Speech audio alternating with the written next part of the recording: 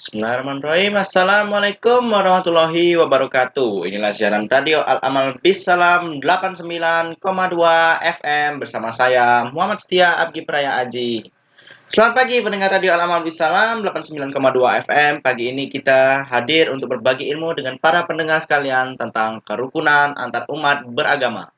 Dengan mengikuti program siaran radio ini, kita diharapkan agar dapat memahami apa itu kerukunan atau toleransi antar umat beragama, sekaligus mengetahui contoh-contoh intoleransi umat beragama di kehidupan nyata, dan juga mengetahui contoh-contoh toleransi umat beragama dan memahami upaya untuk mewujudkan kerukunan atau toleransi antar umat beragama.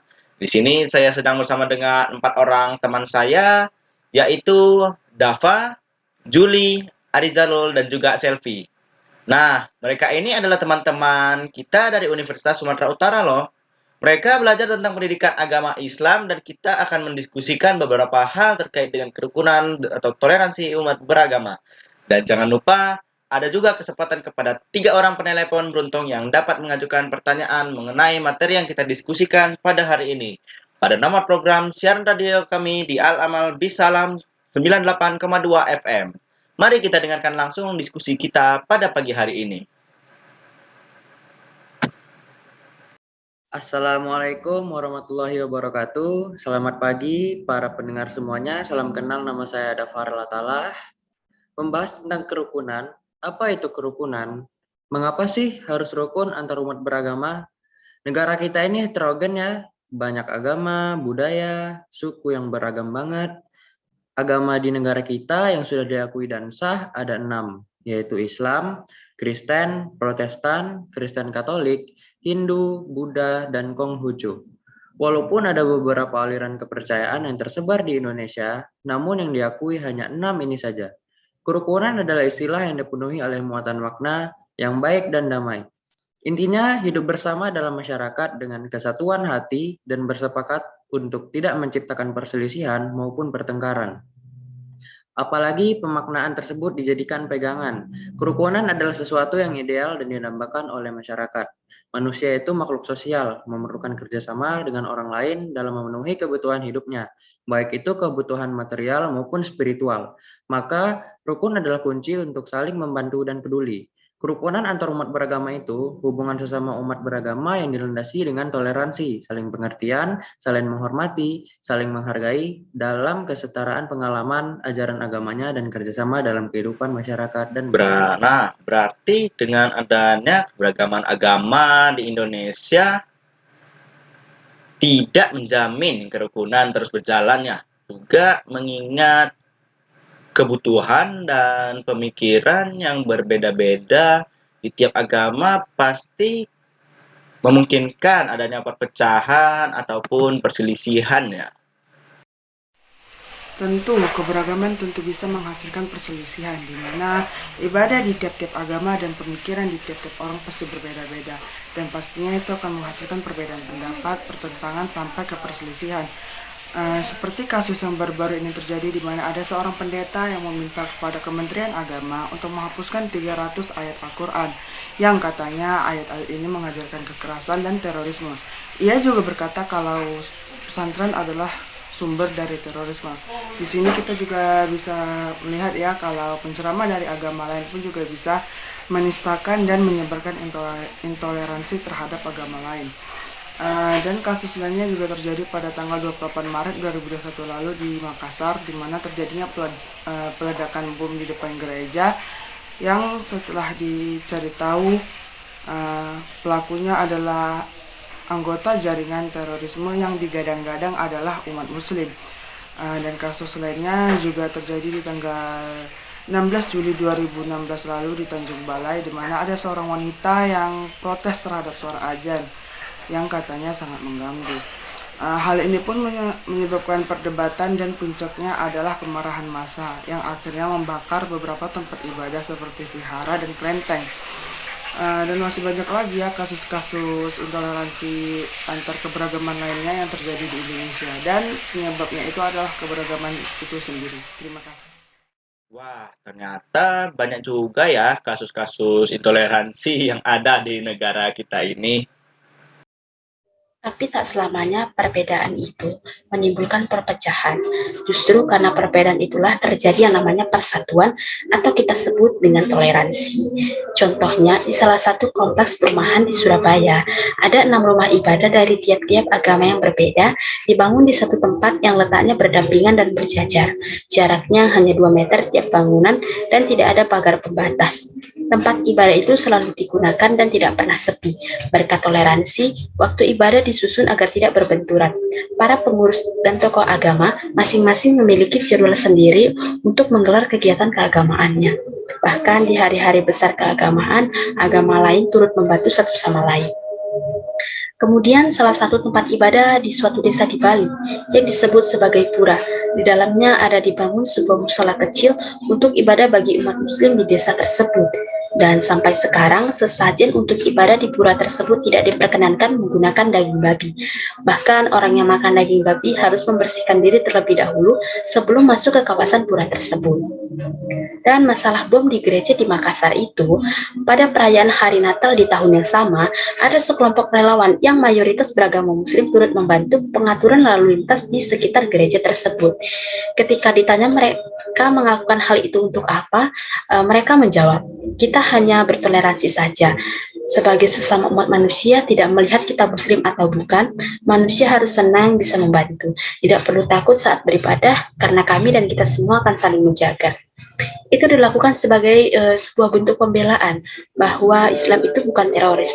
Dan setelah diselidiki, ternyata pelakunya adalah anggota jaringan teroris JAD yang tidak ada sangkut pautnya ke agama Islam. Oke, baik. Terima kasih. Berikutnya kita mendapatkan telepon pertanyaan pertama untuk hari ini. Assalamualaikum, dengan siapa dan di mana? Waalaikumsalam, dengan saya Fikisia Islamia dari Jakarta. Baik, bersama dengan Filkisia dari Jakarta. Semoga Anda sehat selalu ya buat Anda dan keluarga. Baik, pada Filkisia, apa pertanyaan yang akan Anda tanyakan kepada narasumber kita pada pagi hari ini? Terima kasih atas kesempatannya. Yang ingin saya tanyakan dari materi yang sudah didiskusikan tadi, ada seorang siswa SMP yang mengeluh kepada saya tentang kejanggalan yang mengusik pikirannya. Pada setiap acara di sekolah selalu ada doa. Doa itu selalu dilakukan dengan tata cara agama Islam. Padahal seharusnya sekolah itu merupakan tempat disemainya pemahaman identitas dan keberagaman bangsa. Kenapa hal itu bisa terjadi? Itu saja dari saya. Atas jawabannya saya ucapkan terima kasih. Baik, terima kasih. Pertanyaannya sangat bagus ya. Kebiasaan ini sering terjadi di mana-mana, di mana pemimpin doa sebelum berdoa akan meminta maaf karena akan membawakan doa sesuai ajaran Islam, dan peserta diminta menyesuaikan dan berdoa menurut agama mereka masing-masing. Kenapa hal ini bisa terjadi? Sebab utamanya adalah rasa hegemoni, di mana ada beberapa orang yang menganggap ajaran agamanya lebih unggul atau lebih pantas untuk disodorkan kepada orang lain untuk dipraktikkan. Prinsipnya hal ini juga tidak buruk untuk kamu. Bahkan ada dalih-dalih kalau apa yang dianjurkan di agama kami juga diajarkan di agama kamu. Kira-kira seperti itu ya alasan kenapa hal-hal seperti ini bisa terjadi di dunia pendidikan. Terima kasih. Jadi, sebagian orang hanya merasa ya agamanya berharga, sehingga merupakan rasa toleransi yang seharusnya juga dilakukan pada hal-hal yang cukup sepele seperti ini. Sebenarnya bukan seperti itu alasannya. Banyak sekolah-sekolah itu yang berdoa menurut tata cara agamanya masing-masing. Ada yang berdoa dengan membaca ayat-ayat, ada juga yang melakukan serangkaian ritual saat akan memulai dan juga mengakhiri proses pembelajaran. Nah, ketika di acara-acara tertentu atau di event tertentu yang mungkin mayoritas pesertanya itu adalah beragama Islam dan mereka membawakan doa secara agama Islam, ini memang merupakan praktik dari intoleran. Namun sebagian orang yang non-muslim menganggap ini soal kecil, di mana ini adalah hal pengabaian. Mereka mengabaikan ajaran agamanya sendiri. Perilaku itu seperti dianggap sah-sah saja. Mereka pikir itu adalah hal yang baik. Toh juga menjalankan perintah agama, tetapi tanpa sadar mereka itu mengabaikan eksistensi agamanya sendiri. dengan dorongan mendapatkan imbalan dari Tuhan karena menebar kebaikan yang sering membuat mereka lupa akan ajaran agamanya sendiri. Bahkan mereka juga nggak jarang gitu kayak ngucap salam, ngucap alhamdulillah, astagfirullah, dan semacamnya, yang sebenarnya itu tidak disukai oleh umat muslim. Hal ini sebenarnya salah, tetapi sebagian masyarakat menjadi terbiasa menganggap itu semua sebagai praktik yang lazim karena dilakukan di kehidupan sehari-hari. Dan masalah ini sudah ditindaklanjuti oleh Menteri Pendidikan dan Kebudayaan, di mana beliau berusaha untuk menghentikan praktik ini tanpa mengusik dan menyerang pihak manapun. Disinilah kita sedang melakukan proses pendidikan dengan toleransi sebagai salah satu materinya.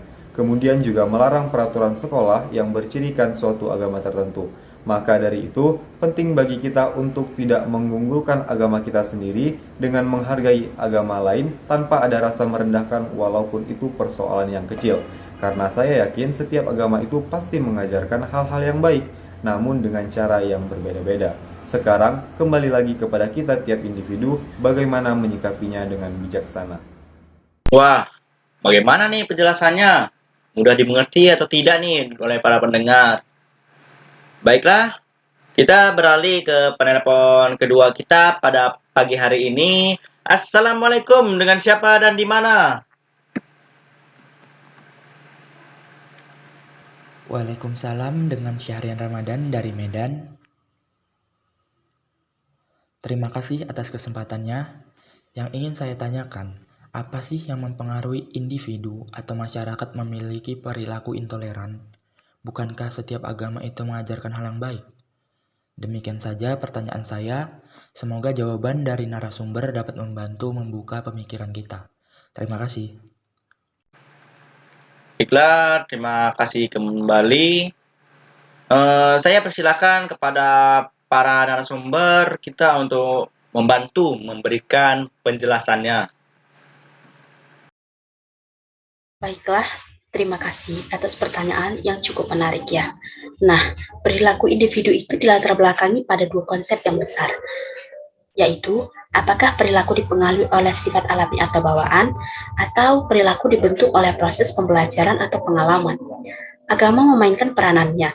Tanpa kita sadari, sebenarnya kita memiliki agama dikarenakan telah terbentuk dari kita lahir, atau agama bawaan keluarga, bukan berdasarkan pilihan kita sendiri. Jadilah kebanyakan agama terbentuk sejak kecil dan bertumbuh semakin kuat seiring bertambahnya usia.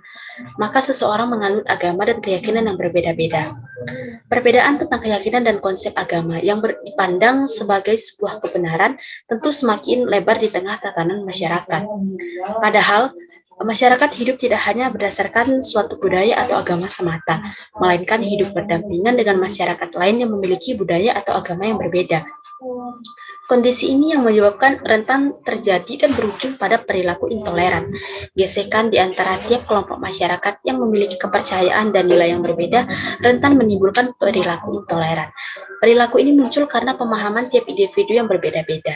Jika dipilih pilihan kesempatan, tiap individu mempelajari dan memahami tiap-tiap agama dengan pemahamannya sendiri tanpa agama bawaan dari lahir, mungkin saja di tiap keluarga, tiap anggota keluarganya menganut agama yang berbeda sesuai dengan pemahaman tiap individunya. Maka jika ada seseorang yang melakukan perilaku tertentu, tidak semua orang menganggap itu tindakan intoleran. Mengapa? Karena pemikiran individunya berbeda. Mungkin ada yang bersikap biasa saja, ada yang tersinggung dan keberatan, ada juga yang melakukan tindakan timbal baliknya. Ketika kita bermasalah dengan orang lain yang seagama ataupun beda agama, jangan berpikir bahwa agama itu salah, tapi tanamkan dalam benak Anda, oh dia seperti itu. Bukan orang yang agamanya itu seperti itu. Tidak semua orang yang agamanya sama dengan orang yang bermasalah dengan kita itu berperilaku seperti itu. Salahkan perilaku individunya, bukan agamanya. Karena pemahaman individu terhadap sesuatu itu berbeda-beda. Jangan disamakan. Cukup berpendapat sendiri dalam hati. Jangan sampai terucap di mulut, apalagi menyampaikannya kepada orang lain. Itu namanya menyebar kebencian. Selesaikan masalah itu sendiri. Jangan sampai melibatkan orang lain dengan menanamkan kebencian. Kita juga sebagai masyarakat jangan mudah percaya dan terbawa dengan suatu ujaran kebencian terhadap suatu golongan yang bahkan kita tidak tahu pasti apa masalahnya. Kurang lebih begitu penjelasannya. Benar, dan juga kita ya sebagai masyarakat tentu ada baiknya untuk tidak menghasut orang lain, untuk ikut membenci suatu golongan tertentu. Seharusnya kita turut membantu menyelesaikan masalah tersebut untuk meningkatkan toleransi kita di lingkungan masyarakat ini. Baiklah, saya menerima penelepon terakhir kita pada pagi ini.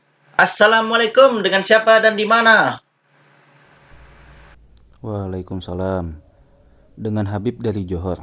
Singkat saja, jadi saya ingin tahu bagaimana upaya kita agar toleransi itu tetap terjaga. Terima kasih. Baiklah, terima kasih atas pertanyaannya.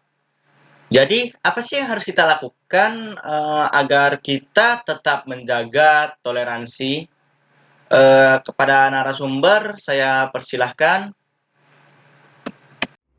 Kita sebagai masyarakat haruslah memiliki sikap toleransi yang kuat, di mana peran pendidikan agama yang baik itu diperlukan untuk menciptakan toleransi. Pendidikan agama merupakan tempat kita memulai untuk membentuk iman dan juga takwa dengan membangun karakter generasi muda yang berbudi pekerti luhur. Menjadikan sikap toleransi sebagai salah satu bentuk upaya menjaga persatuan dan kesatuan di Indonesia dengan menghindari perpecahan antar umat beragama. Lalu langkah-langkahnya bagaimana? Yang pertama, kita harus menjaga kerukunan intern umat beragama terlebih dahulu, yaitu kerukunan masing-masing umat dalam satu agama yang sama. Lalu yang kedua, kerukunan antar umat beragama, yaitu kerukunan di antara umat yang berbeda-beda agamanya. Konsep kedua ini mengandung makna kehidupan beragama yang tentram, harmonis, rukun, dan damai antar masyarakat yang berbeda agama dan keyakinan. Tidak ada sikap saling curiga tetapi selalu menghormati agama masing-masing. Dan yang ketiga, kerukunan antar umat beragama dengan pemerintah, di mana di sini diharapkan terciptanya hubungan yang harmonis antara umat beragama dengan pemerintah. Pemerintah di sini melakukan berbagai kebijakan-kebijakan agar tidak terjadi saling mengganggu umat beragama lainnya, semaksimal mungkin menghindari kecenderungan konflik karena perbedaan agama. Semua lapisan masyarakat bersama-sama menciptakan suasana hidup yang rukun, damai, tentram, dan harmonis dalam kehidupan bermasyarakat, berbangsa, dan bernegara dalam bingkai negara kesatuan Republik Indonesia. Oke, terima kasih. Baiklah, para pendengar semuanya, sudah cukup banyak yang kita diskusikan bersama dengan keempat narasumber kita tentang kerukunan dan umat beragama pada pagi hari ini. Jadi kesimpulannya, kerukunan bersama dalam umat beragama merupakan satu pilar utama dalam memelihara persatuan bangsa dan kedaulatan negara Republik Indonesia. Kerukunan antar umat beragama dapat menciptakan sebuah kondisi hidup dan juga kehidupan yang lebih damai, tertib, tentram, sejahtera, saling menghormati, gotong royong, dan juga saling menghargai dalam keberagaman kehidupan beragama. Komunikasi akan senantiasa terjalin dalam menjaga kerukunan antar umat beragama. Hal itu dikarenakan semua umat dapat memahami agama yang berbeda-beda secara tekstual maupun konstekstual. Hal ini didasari oleh keberagaman kepercayaan dan keyakinan terhadap Tuhan yang beragam di Nusantara. Dan juga lengkap sudah tema yang kita diskusikan pada pagi hari ini. Kepada narasumber, saya ucapkan terima kasih atas ilmu yang bermanfaat yang telah dibagi-bagi kepada kita semua. Sama-sama, terima kasih Sama-sama, kembali. terima kasih kembali. Dan juga untuk semua pendengar Radio Al-Amal Bisalam 89,2 FM. Sampai jumpa pagi esoknya. Wassalamualaikum warahmatullahi wabarakatuh.